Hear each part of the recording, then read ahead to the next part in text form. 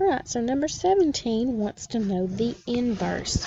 So, for it has f of x, 1/2 x minus 6. So remember, for the inverse, this is y, and this is x. So we switch x and y. And then we have to solve for y. So we want to get y all by itself. So our first thing is to get rid of addition or subtraction. So we have to move 6 over. So in order to do that, we would add 6. And then equals 1/2 y. And then we'd have to get rid of this 1/2. So in order to get rid of that, we would multiply by the reciprocal. And the reciprocal of 1/2 is 2 over 1, or just 2. So I'd have to multiply everything on the other side by 2. So 2 times x is 2x. 2 times 6 is 12. So the reciprocal would be 2x plus 12, which is d. Part B wants to know what is the result when the two functions are composed. So we're going to have f of x, which is 1/2 x, and instead of x, we're actually going to plug in what we get for f of -1 of x, which is 2x plus 12. And then we still have that minus 6. So then we would distribute the 1/2. So 1/2 times 2 is 1. 1/2 times 12 is 6, minus 6. So then we have plus 6 minus 6, which is nothing. And then we're just left with x. And then we know that this is the definition of an inverse. When we get just x, that means that these are true inverses. So then number 18 wants to know how many zeros it has the first part. So since it is a polynomial with 4 terms, again, we would do this by grouping. So our first part has the greatest common factor is x squared, and then we're left with x plus 5. Our second part, we have 9x plus 45. Our greatest common factor is 9. And then again, we're left with x plus 5. So again, when we're grouping, what's inside the parentheses should match. This time it does, so we're good. So you take what's on the outside of the parentheses, which is x squared plus 9. You take what's on the outside of parentheses, or I'm sorry, what's on the inside of parentheses, which is x plus 5. Okay? So those are our factors. Now, we can actually, to find out how many zeros it has, we have to set these equal to 0.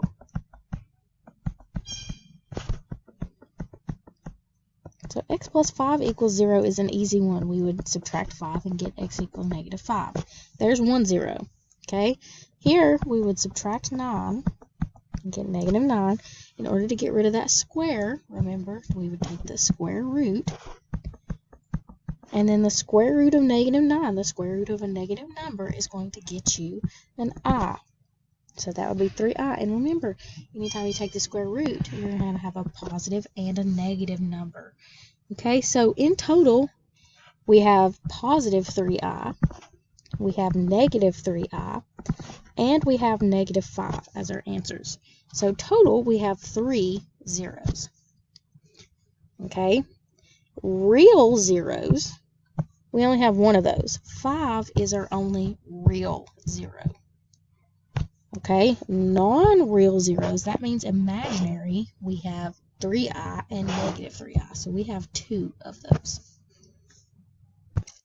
All right, number 19 says that the sound intensity is measured in decibels on a logarithmic scale. The formula is used to determine the decibel level of sound, where P is the intensity of sound heard, and P of 0 is the intensity of the softest sound a human can hear. And then it says the normal conversion is measured at 60. What is the ratio P divided by P of 0 for normal conversion? So, first we have our formula. dB equals 10 times log of P over P0. First of all, it says, what is the ratio of this? So we know that we want to get this by itself. That's our goal. Okay? Now, it also tells us that it's measured at 60. decibels. So we're going to plug in a 60 right there. So it's going to be 60 equals 10 times log of P divided by P sub 0. So again, we want to get that P divided by P sub 0 by itself. So we're going to, since we're multiplying here, get rid of that by dividing. And 60 divided by 10 is 6. Then we're just left with log of P divided by P sub 0. Now, if there is no number here, remember, it's understood that if there is no base, that the base is 10. Now, we can actually turn this into an exponent because logs and exponents are exact opposites. So, now I can say, okay, this base is still my base, 10. What it equals is going to be my exponent. And then it equals P over P sub 0. Now P divided by P sub 0 is actually by itself, which is my goal. That's what I wanted. Okay, and then 10 to the 6 is what it equals, which is answer choice D.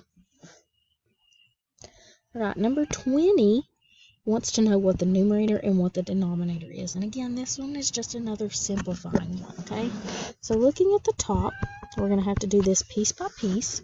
It's a 4-term one, so we're going to have to solve this one by grouping. Okay, so looking at the top, the first part, I have x cubed plus 2x squared. The way that I solve that one, or my greatest common factor, is x squared. And then I have left x plus 2. Okay, looking at the second half, I have negative 9x minus 18. My greatest common factor is negative 9. And then I have left x plus 2. Okay, so then from there, I would say x squared minus 9 is one of my factors.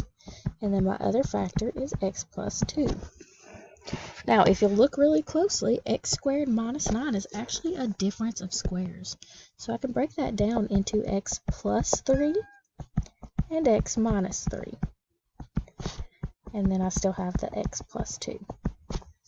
So that's what the top half breaks down into. Okay, so I'll put what it breaks down into right here.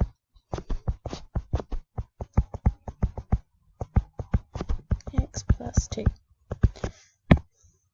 Okay, then I have on the bottom x squared minus 4. Now that is going to be a difference of squares.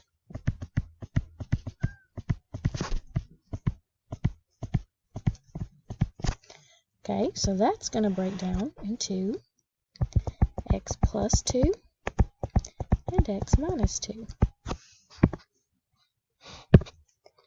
Okay, then notice again I'm dividing. So that means I'm going to switch these two. When you divide by a fraction, you multiply and flip the fraction. So the x squared minus 3x is now going to go on the bottom. And there I have a greatest common factor because both of those terms have an x. So I'm going to take out an x and I'm left with x minus 3.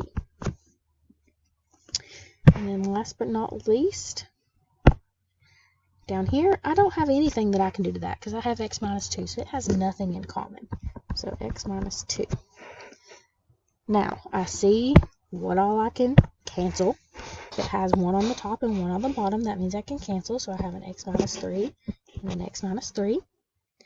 I have an x plus 2 and an x plus 2. I have an x minus 2 and an x minus 2. And that's all I can cancel. So I'm just left with an x plus 3 on top, which is the numerator. And then an x on bottom, which is the denominator. Alright, number 21 says a random sample of 11th grade students from 2 high schools took a mathematics test. The table below shows each school's results. A score of 35 indicates that a student is college ready. So that's pretty important. So 35 is your goal, okay? And then it says which of the following statements is supported by the results. And then it says select all that apply. So this one's going to be a multiple answer. Answer A says at least half the students at both schools scored as college ready. So half means that half is ready. Okay, so that means we're looking at the mean, right? Because the mean is that means we're looking at the median, right? The mean is your average. Okay, so you take all the scores and you divide them by however many you have. Your median means you're looking in the middle. So if we're looking at half the students, then you want half of them to be college ready. So if we look at the median, then we want that number to be above 35, right? So if I look at the median, school A is above 35 and school B is above 35. So A is the correct answer. Okay, B says the data from both schools do not appear to be skewed because the mean and the median scores for both schools are close. So let's look. The mean score for school A is 37.4 and the median is 37.0. That's pretty close. School B is 35.7 and then 35.5. Again, that's pretty close. So the data is not skewed because they are pretty close. I agree that that's a true statement. C says school A does a better job instructing its students because the median score at school A is higher than it is at school B. Well, school A has 37 and school B has 35. So although it is a little bit higher, it's not too much higher. So I don't agree with that statement because it's not a whole lot better.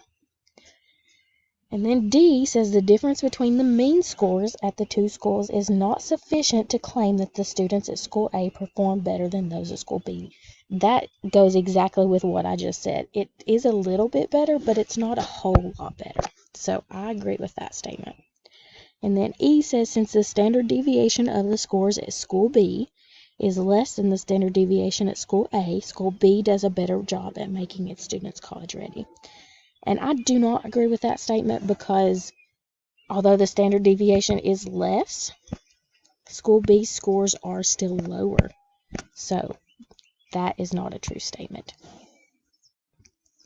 All right, number 22 wants to know all of the ones that are equivalent. So remember, I would have 32 to the 1/5. Okay, I would have A to the 4/5, B to the 12/5, and C to the -5/5, or over 5. Now, 32 to the 1/5 is actually the same thing as 2. Okay, the 5th root of 32 is 2. Okay, and then A to the 4/5 doesn't simplify. Okay, I can leave B to the 12/5 as 12/5. And then if you'll notice, -5/5 actually simplifies to -1. Okay, and actually, if I look, that's an answer. All right, now, if I look, I have a negative exponent. That's not allowed. So when I have a negative exponent, I can put that underneath. And that is answer choice F. Okay, and then I can look at a couple of the answers. I know it has nothing to do with 6.4, so it's not A and it's not C. And then my other answer choices have it in rational form, or radical form, I guess I should say. So I'm going to put this back in radical form. So I have the 2 on the outside, and then I have the 5th root of A to the 4th, B to the 12, over C. And then if I have 12 B's and I need groups of 5, I'm going to have 2 perfect groups. So 2B2. I would still have that A4. And then that would mean I would have 10 of them used, so I would have 2 left over. So that would be answer choice B.